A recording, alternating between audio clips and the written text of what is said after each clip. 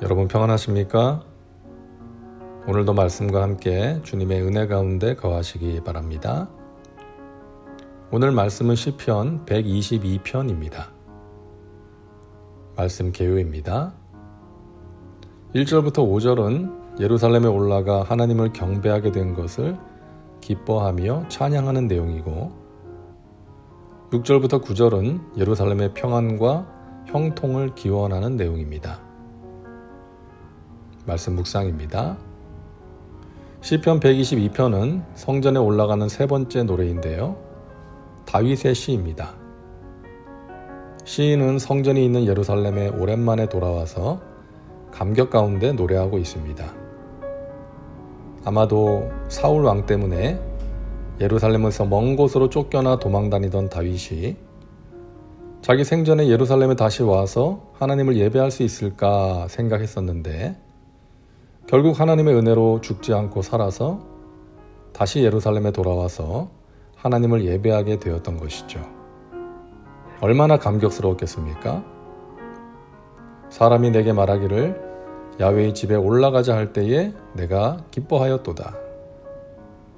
하나님의 집 성전에 올라가 예배드리게 된 기쁨을 노래하고 있는 것입니다.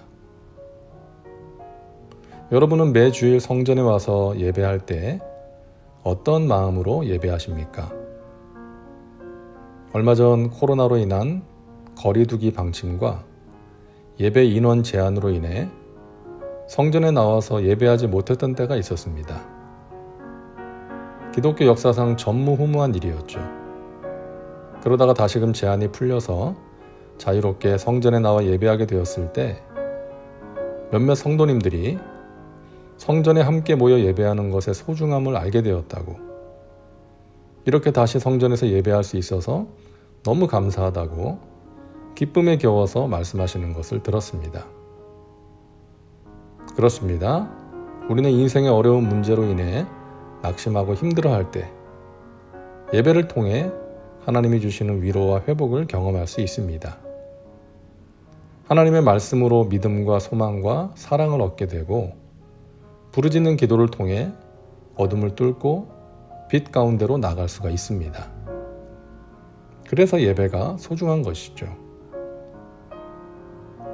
오래전 강원도 산골짜기에서 군 생활을 할 때 거기에도 교회가 있었습니다. 허름하고 작은 교회였지만 교회가 있다는 것이 너무나 감사했습니다. 주일에 교회 가서 예배드리는 시간이 너무나 소중했습니다.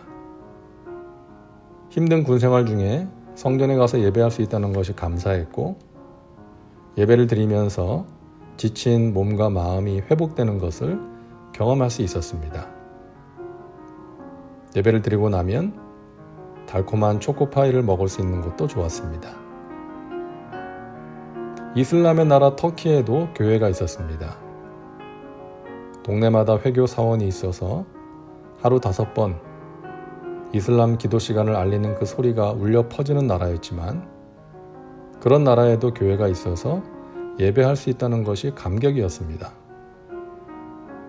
한국의 교회들에 비하면 작고 연약한 교회였지만 그곳에 모여 예배할 때에 감사와 감격이 있었습니다. 그렇습니다. 한국 사람들이 모이는 곳에는 어디든 교회가 있다는 이야기가 있습니다. 제일 먼저 교회부터 세운다는 것이죠. 하나님 중심, 예배 중심이 기독교 신앙의 핵심이고 힘든 삶 속에서 예배를 통해 힘과 위로와 용기를 얻을 수 있고 바른 길로 갈 수가 있기 때문입니다. 이렇듯 우리의 예배가 소중합니다. 우리가 예배를 드릴 때마다 오늘 시인의 고백처럼 우리 안에 기쁨과 감사가 넘쳐나면 좋겠습니다. 자, 시편 122편의 후반부에는 예루살렘을 사랑하는 자를 축복하는 내용이 기록되어 있는데요. 2가지 내용이 눈에 띕니다. 예루살렘을 위하여 평안을 구하라. 예루살렘을 사랑하는 자는 형통하리로다. 내 성 안에는 평안이 있고 내 궁중에는 형통함이 있을지어다. 평안과 형통입니다. 시인은 예루살렘 성과 그곳에 있는 형제들을 위하여 평안과 형통을 구합니다. 이 두 가지가 우리 인생에 있어서 소중한 것들이죠. 세상에서 성공하고 높은 곳에 오르고 사람들의 인정을 받는다 할지라도 평안이 없으면 천국이 아닌 지옥이 됩니다. 그래서 성공하고 큰 일을 이룬 사람 중에 허탈함으로 스스로 목숨을 끊는 사람들이 있습니다. 세상의 부요와 성공이 평안을 주지 않습니다. 주님 안에 세상이 줄 수 없는 참된 평안이 있습니다. 그래서 우리는 어린아이가 엄마의 젖을 사모하여 엄마 품 안으로 파고드는 것처럼 하나님의 품 안으로 파고들어야 합니다. 그리고 형통입니다. 형통은 하나님의 뜻이 이루어지는 것입니다. 그것이 가장 좋은 것이기 때문입니다. 우리가 보기에 좋은 것은 나중에 좋은 것이 아닐 때가 있습니다. 좋은 줄 알고 추구했는데 가보니까 아닌 것이죠. 그래서 하나님의 뜻이 이루어지기를 구해야 합니다. 내 뜻대로 맛이 없고 아버지의 뜻대로 되길 원한다고 기도해야 합니다. 여러분, 교회를 사랑하시고 교회를 위해서 기도하십시오. 그리고 하나님이 주시는 평안과 형통을 사모하시기 바랍니다. 우리는 세상의 정상에 오르는 것보다 하나님의 산에 올라야 평안과 형통을 얻을 수 있습니다. 하나님의 산에 올라가 하나님의 전에 이르러 하나님이 주시는 좋은 것들을 누리며 살아가시기를 바랍니다. 다음은 말씀 적용입니다. 오늘 말씀을 통해 당신에게 주시는 메시지는 무엇입니까? 당신 자신과 삶의 현장에 구체적으로 적용하시기 바랍니다. 이제 기도합니다. 사랑과 은혜가 풍성하신 하나님, 오늘도 말씀과 함께 살게 하시니 감사합니다. 하나님의 집에 올라가 예배하는 것이 우리의 기쁨이 되게 하옵소서. 교회를 사랑하게 하시고 교회를 위해 기도하게 하옵소서.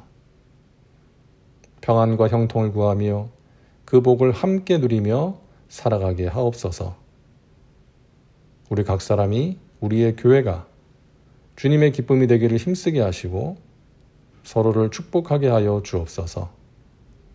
그러함으로 하나님 사랑과 이웃 사랑을 실천하여 사랑으로 행복한 우리의 삶과 우리의 교회가 되게 하옵소서. 예수님의 이름으로 기도하옵나이다. 아멘. 오늘도 말씀과 함께 은혜 가운데 거하시기 바랍니다. 여러분 사랑하고 축복합니다.